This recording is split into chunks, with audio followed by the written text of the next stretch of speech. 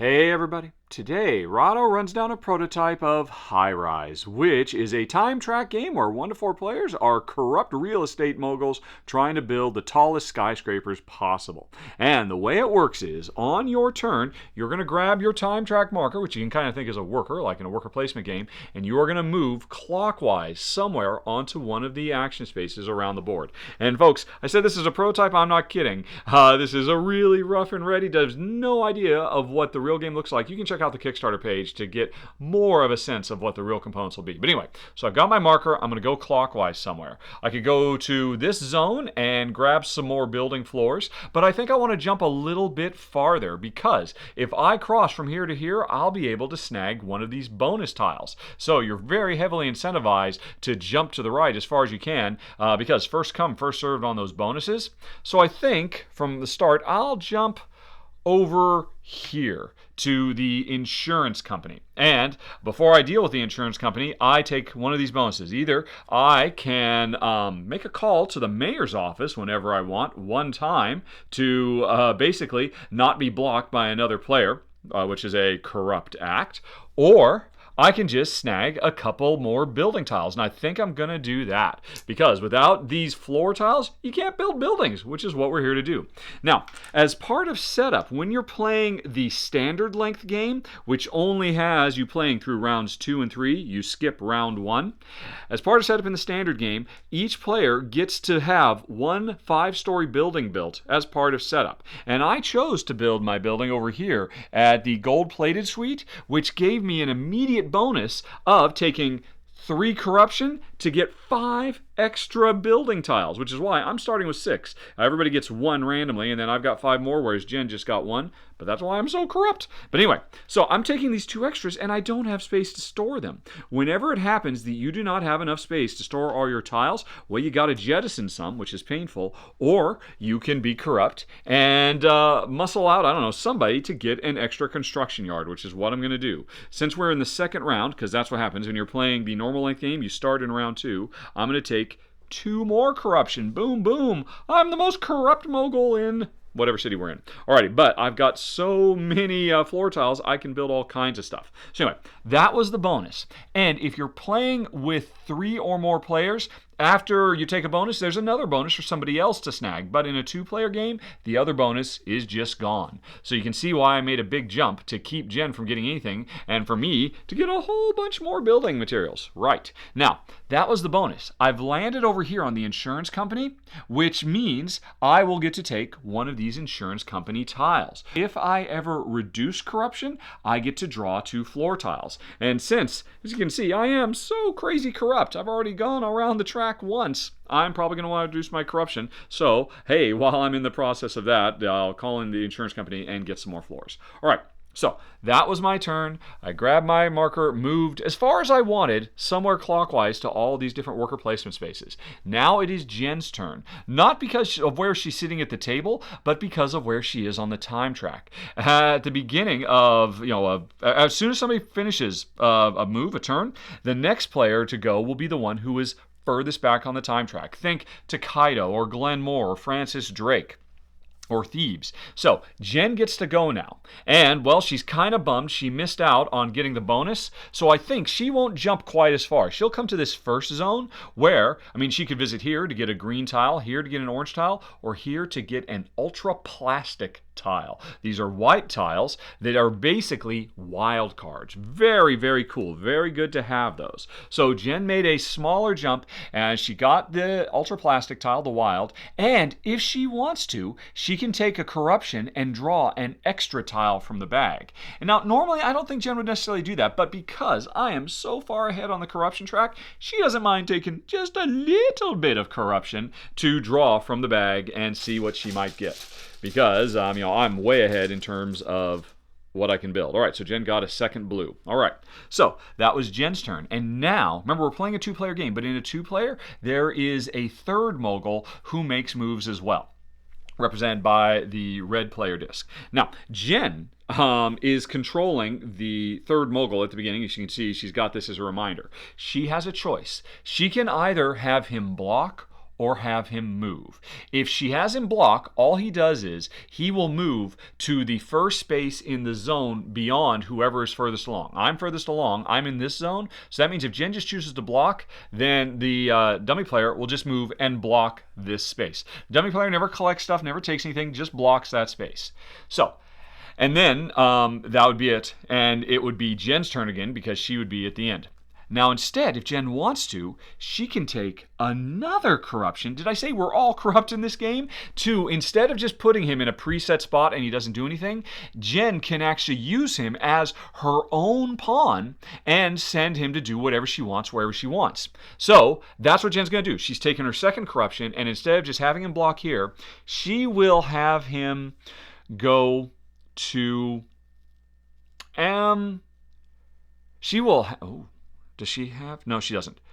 She will have him go here, visiting the zone that Jen built her starter building in. By the way, this is a reminder that this is a five-story building, and you can see I've got a reminder of my 5-story building over there. Obviously, the taller the building in a given neighborhood, the more likely you are to score points at the end of each round. So we're trying to build tall. And remember, and if you play the full-length game where you play through 3 rounds, players don't have a starting building already built. You can see this is Jen's building because it's got her topper on the top. Again, check out the Kickstarter page because these are all going to be plastic molded, custom little buildings and all that kind of stuff. Very neat. But anyway, so Jen is having to move here, and she gets to do the action. That is here. Although, before that, there's an important thing. Whenever somebody visits a space where a player's building is, that player gets to draw another tile randomly from the bag. So Jen is going to go in. She gets, oh, wait a minute. There aren't supposed to be any white, no ultra plastic in there. Alrighty, let's try that again. Okay, a yellow. So Jen got that. But because it was Jen visiting her own building, although in this case she was using the dummy player, but it still counts as Jen visiting her own building, she takes another corruption. So, Jen's halfway up to the corruption as me. But I'm still quite a bit more corrupt than her. And she does this action, which is she can get a second investment firm because she already got one by building her building there at the beginning. Now she has a second one. These are permanent abilities that Jen can use whenever she visits a trading floor space. She gets to draw a tile from the bag. So like over here is where you can trade tiles, and over here, and there's another one over there. So Jen has a vested interest in reaching these places because not only does she get to trade tiles to get what she really needs, but she can draw 1 or 2 additional tiles before she trades. Although the interesting thing is you can have multiple tenant actions. That's what these tiles are. They are tenants in buildings that we build. You can have multiples, and you can use them when they stack up like this, but if you use multiples in a single turn, you get more corruption. So it's all about corruption here all the time. But anyway, so Jen took a little bit of corruption to control him, and now after Jen's done, I will get to make the next move for the dummy player. And now, as we continue, Jen is at the rear end of the turn order track. So she gets to go now. And let's see. Where will she go? Well, this is going to be her next move, and then wherever she goes, if she comes over here or over here or over here, the dummy player is going to go, and that's going to be my opportunity to control him and do some stuff. So where does Jen need to go? Well, what are we trying to do here? You can see Jen's been collecting some tiles. These tiles represent floors of buildings. She's got a wild, 2 blues, and a yellow.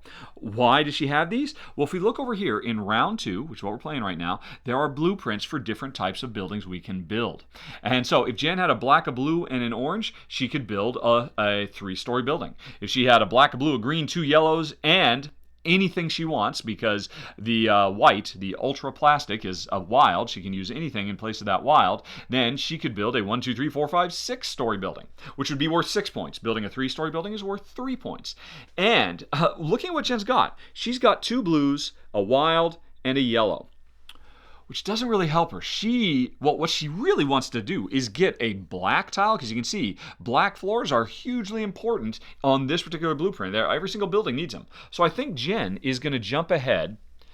Let's see. She could come over here to get a shipping firm tile, which is every time you draw a tile from the bag, you draw a tile again, but you can only do it once per round. So that'd be pretty cool. But then I might use the dummy to block this, because if I'm paying attention, I know we're both coming up to our first opportunity to build buildings.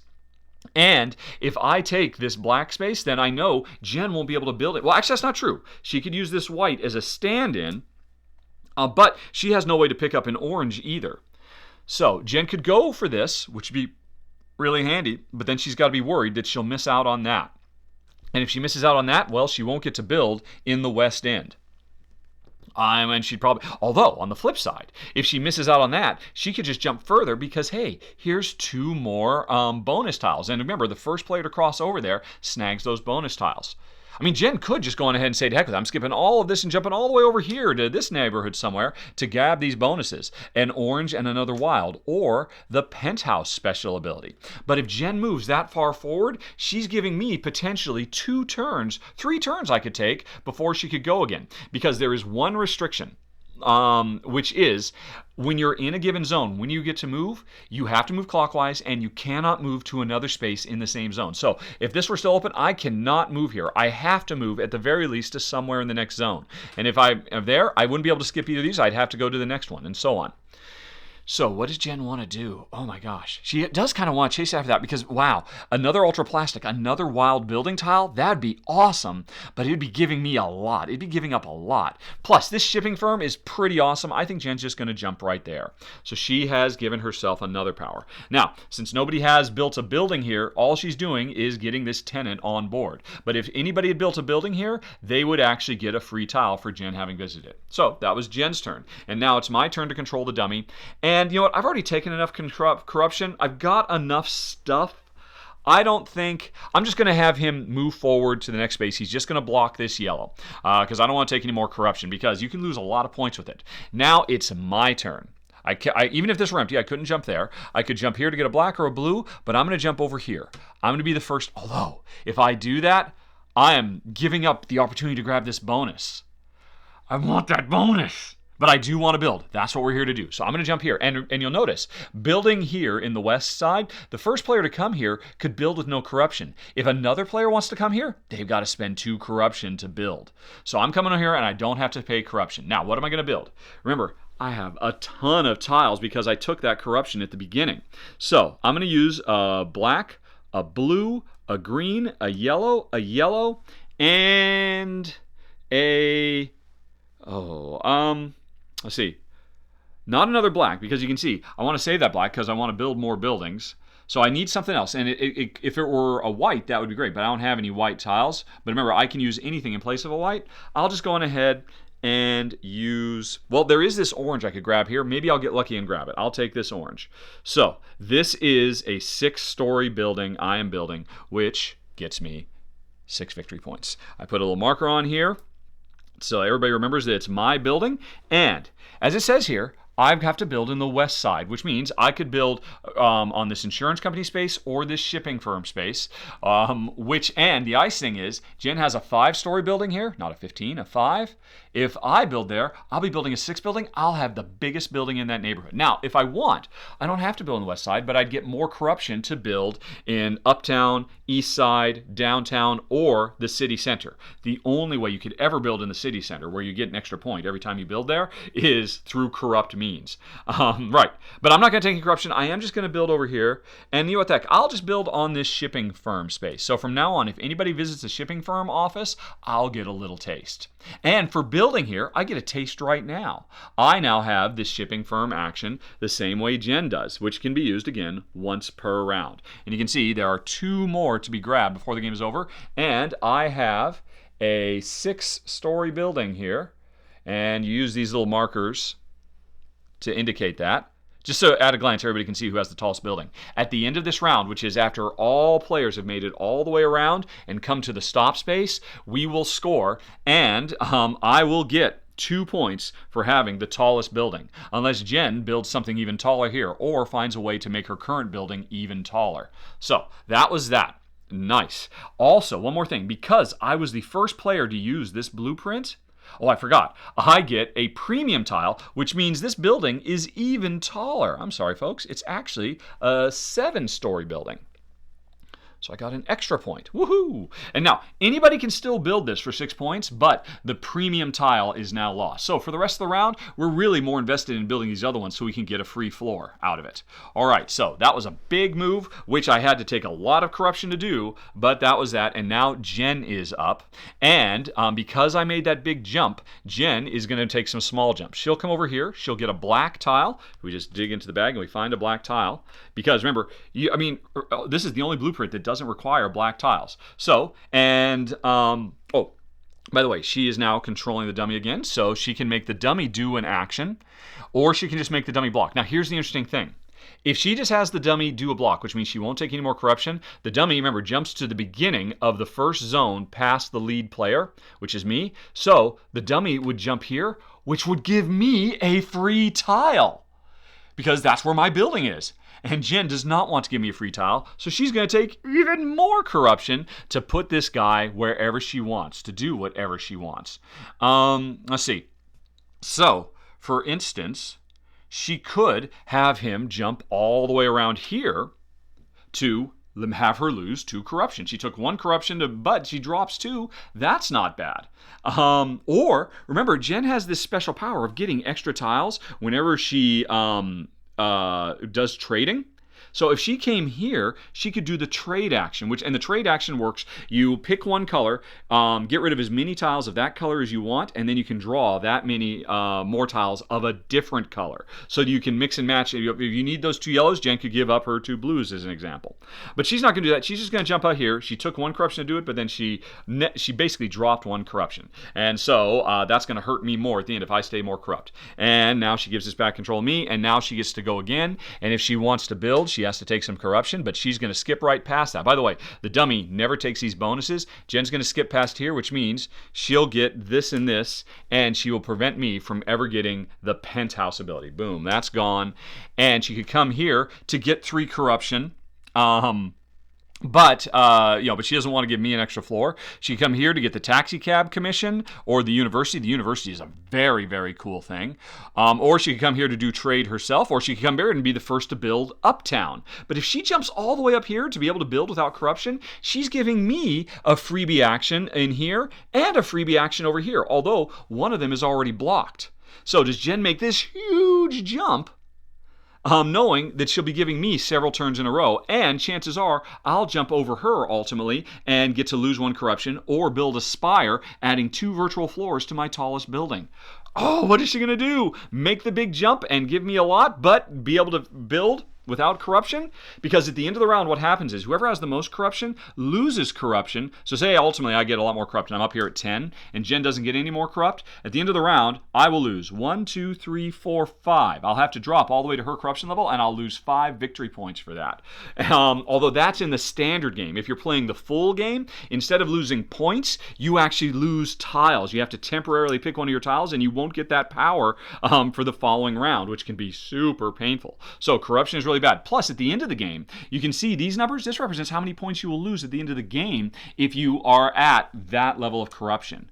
And it's tough because corruption is key to this game. Everything you do just gets you a little bit of corruption, but it really adds up at the end of High Rise. And that, folks, is just a quick rundown of the game. This is very sharp, very, very sharp. Do not let the rough and ready prototype fool you. This is so cool. From designer Gil Hova, who previously has given us the Networks, which was another absolutely amazing, economic business simulation. Here, everything that goes into it, all the decisions you make about how far you push your luck. Plus, also, I got to say, I love time track games, and this has got to be one of the most brilliant time track implementations ever because of the way that you cannot, when somebody makes a big move, and you're really incentivized to in this game, unlike some games, because you want to get those bonuses, you aren't giving as much to other players because they can't do multiple actions in a given zone. So if you make a big move, it doesn't mean your opponents are going to be able to do like 5 or 6 actions, and therefore no one ever does a big move. If you do a really big move to chase after those bonuses or avoid corruption,